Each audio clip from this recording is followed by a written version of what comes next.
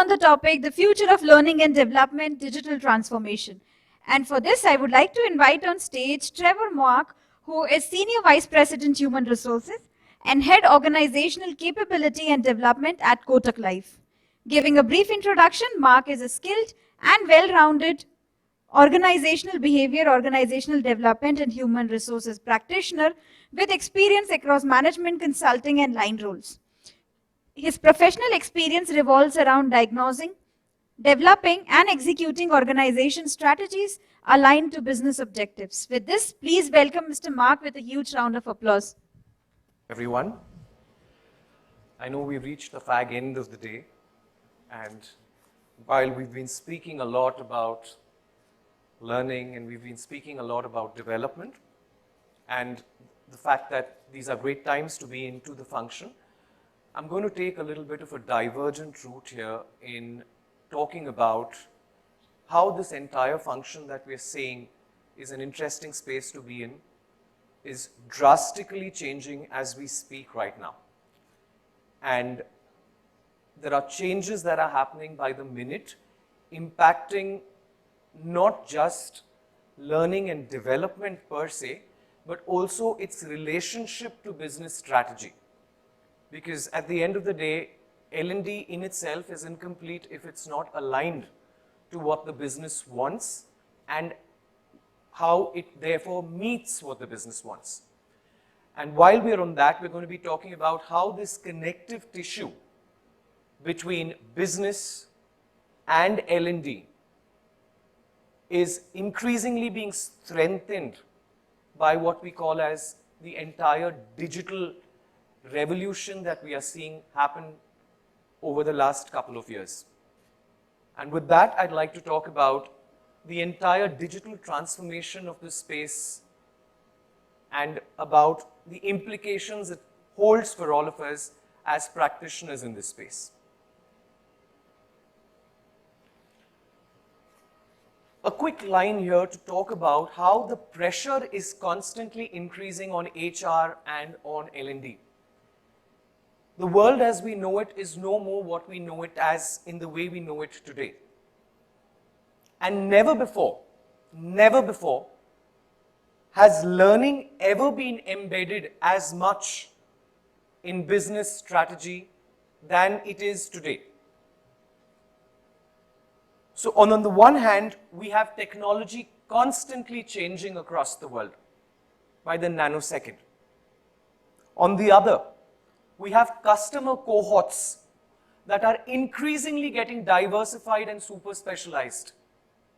And never before has any organization had to deal with customer cohorts so niche, so diversified, and so spread out across the spectrum. And along with that, their needs. Also, business cycles today, if you look at it, the entire duration of business cycles is increasingly shortening. Your go-to market, which once upon a time would be a year, has gradually come down to in a quarter. And the ability to service that need comes with capability development, which is where L&D starts to play a very, very critical role. And finally, the ability to increase your focus on managing and addressing multiple stakeholders at the same time. And the numbers are only increasing because the stakeholder pool is increasing. So the pressure, therefore, on business and therefore on L&D is only increasing. It's no more the old expectation which was largely about performance, compliance and readiness. Today we've gone ahead of that. We're talking about adaptability. We're talking about sustainability. We're talking about innovation, so on and so forth. And these are new capabilities that are constantly battling attention to be addressed in the organization. And while they might seem words here, how do these break into behaviors and capabilities is what is defining the new order at work. And therefore, learning and development as we know it is being transformed. The learning and development function is increasingly today being data-driven. It's no more gut. It's no more what just comes out of a focus group discussion or an intuitive knowledge from a manager in a performance conversation saying the person needs to learn X, Y, Z. It's no more unilateral. There is a lot of change here in terms of where data is coming from and how much of data is coming from it. The design process for learning and development is increasingly becoming a lot more human-centric. The participants of all the stakeholders in the design and therefore the execution is also increasing, because otherwise we've repeatedly heard about how learning sessions, learning programs are irrelevant because people only come in and warm up their seats. And that is also because somewhere it used to be one person identifying the need, another person addressing that need, the third person executing that need. But with the human centricity of the entire process, we are having co-creation between business, between individuals and functions, and finally the end learner. Because today it's not just about what I learn, but how I learn what I learn, and more importantly, how I choose to consume how I learn, what I learn, when I learn it. And the focus increasingly for organizations and therefore for L&D is on building organization capability to forecast. The ability to forecast today is increasingly becoming a critical skill, because with the amount of change that we are seeing in the VUCA world, we need skills where people are able to work with ambiguity, connect the dots, make sense with even 1/4 of the data available, rather than wait for 3/4 of the data to be available. So like they say today, even if you have 40% of awareness, acting now becomes critical rather than waiting for awareness of 80%, because by then you'd have missed the bus. Enabling people, therefore, to work with that 40% using conventional wisdom, building their skills and experience, is another area where L&D is increasingly transforming itself. And therefore, with all of this, it becomes only critical that the gap between L&D and the final user is addressed, is shortened, but more importantly, is approached in a holistic manner. Today, you cannot just have a classroom session or an online session or a mix and match of both. It has to be a multi-layered approach at all points in time. Owning your learning becomes very important, right from learning through instruction, which is classroom and guided.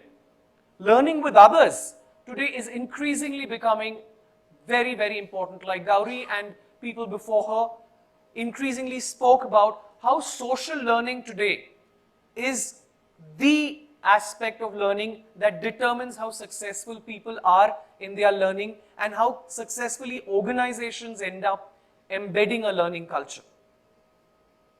Then learning by doing, which is no more just about gamification in the training room, but how do you take that gamification into job rotations, into IJPs, where people actually simulate what they have learned in the classroom.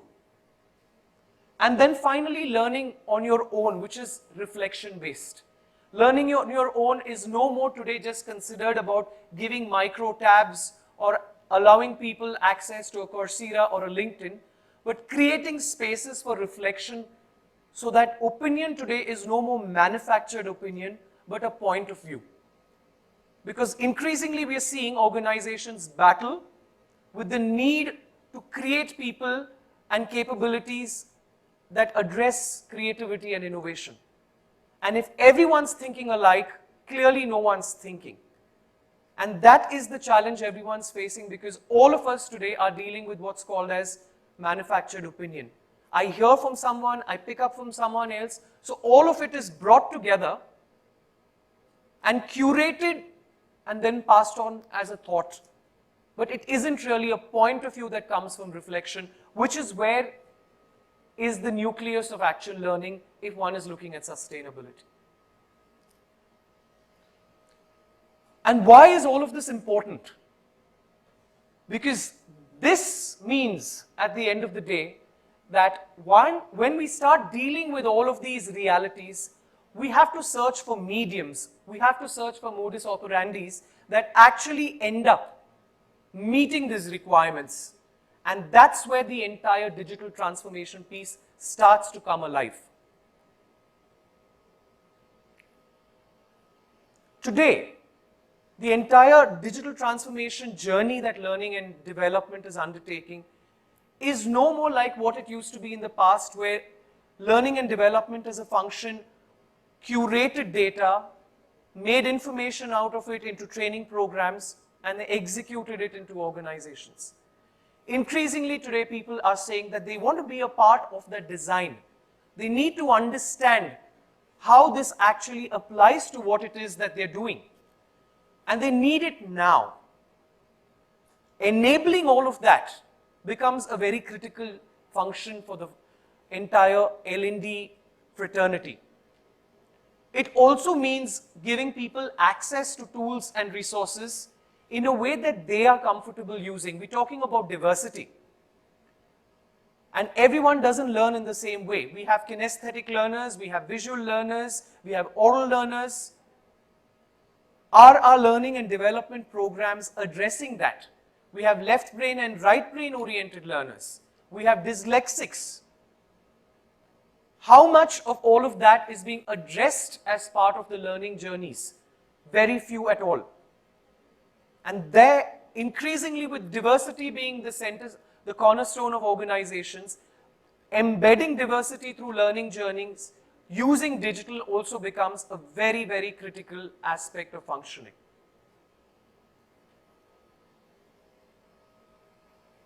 So what exactly does this entire word called digital and transformation mean? It's not technology, for sure. It is the ability, it's the mindset to leverage multiple modes of learning and bring it on digital platforms to enable engagement and capability development. And there might not be just one way of doing it, because as we speak, the world is changing, technology is evolving. So harnessing this word called digital transformation is also not easy, because it's a moving goalpost. Every day there's something that's coming up. So the challenge for L&D professionals is to constantly go back to the drawing board and understand how is it they can use social, how is it that they can use gamification, how is it that you use the metaverse, how is it that you use virtual reality, how is it that you use classroom training programs, how is it that you use coaching and mentoring, how is it that you use on-the-job experiences like rotations to bring together a full-fledged 360-degree approach to skill and capability development. And that is where platforms like digital actually enable all of this, because at no point in history was all of this possible at the click of a button as it is now.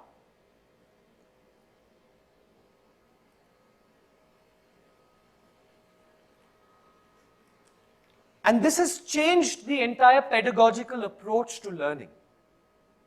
So today, if one has to look at a structured pedagogical learning approach, learning today is no more a one-time intervention. It is a learning journey today. And by journey, I mean it has to be a continuous process. Calling people into a workshop to teach them strategic acumen once in a year, or sending them to an ISB or an IIM will not work and cut ice anymore. It's the ability to blend that over a period in time through multiple interfaces, using digital, using physical, using phygital, is what is going to end up addressing capability development. Valuing feedback and agency. The entire digital approach goes about taking in feedback in loops. You have learning loops, right? So the ability to activate these learning loops, triple loop learning, double loop learning, single loop learning, how do we blend these at different points in time, right from diagnostics, identifying what needs to be learned, to design, how it needs to be learned, to execution, where is it enabled and how. So continuous feedback and agency where people believe that they have the ability to influence their learning outcomes in real time. It is very much like the GMAT examinations that some of us might be familiar with. With every gradient of difficulty that you cross, the next question becomes even more difficult. So it's like a game of chess. The ability to influence your outcome when you're learning becomes very important, because otherwise learning becomes jaded. It's been there and done that. At any point in time you send somebody to a learning intervention on strategic acumen or continuous improvement, you will see almost the same thing called by different names, irrespective of whether you did that in 1998, 2008 or 2018. Because the feedback and the agency loop is not being addressed. And therefore, its outcome on business is where the synapse breaks. Rethinking how failure is perceived. Many people give up learning because they get bored of it, or because they fail the quiz at the end or the assessment at the end, and they say, this is a waste of time, or I don't have the time to go through it. But this is where using social media, using aspects of how you compare peer cohorts one against the other to create a sense of healthy competition, where people constantly feel that they are learning, and even if they haven't made the cut, even if they have failed the assessment at the very end, the need to constantly pique curiosity and push becomes very important. So what are the push nudges that we are giving them is also what is defining learning today in the digital era. Finally, being flexible. All of us don't like to learn what we need to learn at the same time, in the same space, and in the same format. Some of us like to consume data and learning interventions over our phone. Some of us like to consume it in classroom sessions. Some of us love to read. And some of us like to listen to podcasts. The ability to blend the same subject to meet different cohort requirements is increasingly defining the success of learning. It debusts the myth that all of us learn in the same way, because all of us don't. And if we are unable to meet that requirement, it's no surprise therefore when people come back saying learning interventions are mediocre, are not meeting the cut, and no matter how much we try, the classrooms are one half empty. That's because no matter how much we try, we are not addressing everybody in the classroom with a learning need analysis, not just from content, but also from a learner analysis. How much of time have we spent on the learner analysis and not just the learning need analysis? How much of time is spent in understanding what kind of approach does the learning cohort have? Are they right-brained? Are they left-brained? How many of them come in with learning disorders and preference for learning aspects of visual, kinesthetic, oral? The Bloomberg taxonomy of learning being implied becomes very important, because that taxonomy clearly states how people are to be taught in their learning approach, which is exactly what the digital learning journey does, built upon this taxonomy. More of that a little later, or I will share something with you in case that interests you. Finally, about being social. Learning today is no more an individual activity or an activity related to being in the classroom. Learning has gone way beyond the classroom. It is a social experience today. Just like people love to talk about their travelogues on Instagram, people also like to talk about their learning experiences. People like to talk about how they engaged with content. People like to talk about how content engaged with them. And creating spaces for those conversations therefore become very, very important, in the absence of which learning nudges will not happen.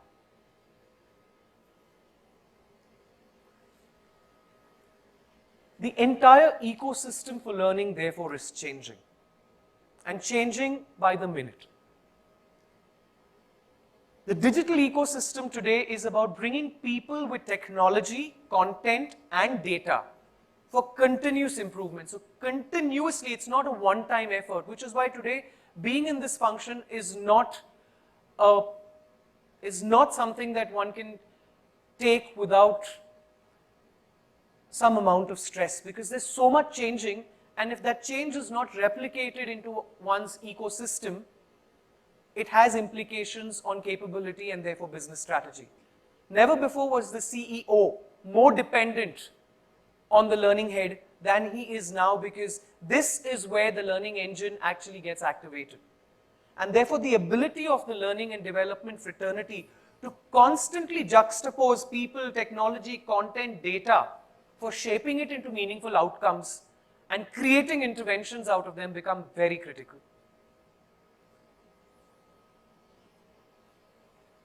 The ecosystem, obviously, I'll let you read those points, is about having a front end, having a sufficiently enabled back end, but most importantly, it goes down about creating the experience around it.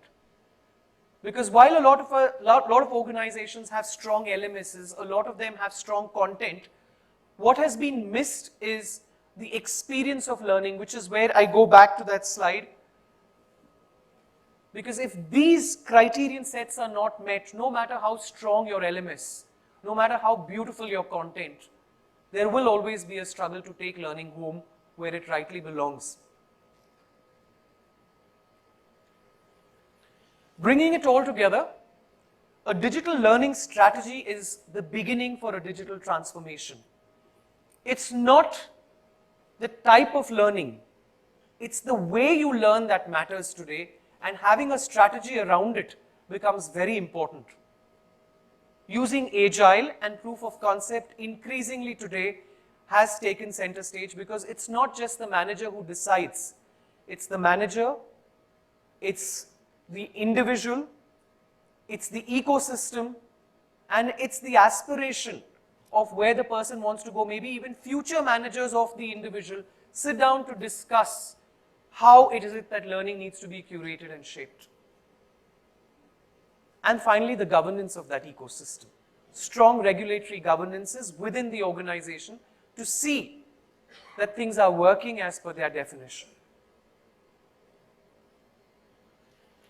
And to give you a few insights in terms of how digital is shaping employee onboarding and orientation. Increasingly today, the day the employee joins the organization, he comes in with an IDP.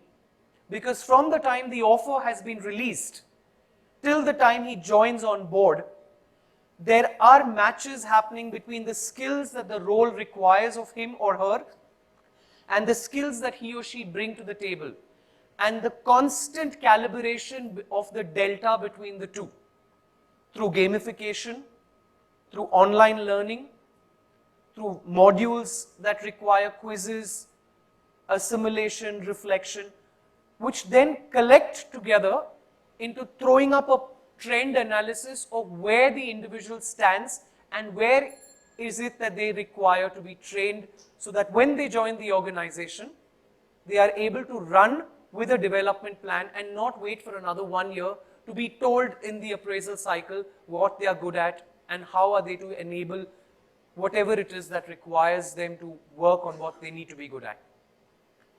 The same thing with learning, using virtual reality, augmented reality, and mixed reality. Development, which is leadership development, increasingly using the metaverse today to talk to people about how you work on strategic acumen, to deal with ambiguity, to deal with multifarious activities, managing stakeholders internally and externally. All of that becomes very important. And finally, mentoring. Mentoring from the space of today using public-private partnerships, using universities, using people internal to organizations, using learning guides, using online learning, subject matter experts, creating a 360-degree approach to mentoring and not just a one-to-one mentoring, because something as basic as even mentoring somebody on becoming a better salesperson has multiple variants to it. How do you open a sale as an expert? How do you build on a sales relationship requires a different kind of expertise. How do you close a sale requires an expertise, and how do you manage all of it together? And no one person can mentor you for that. And therefore, using digital transformation and methodologies to bring all this together with the learner at the center is where the magic of this entire platform works. Thank you. And I possibly can take questions if there are any.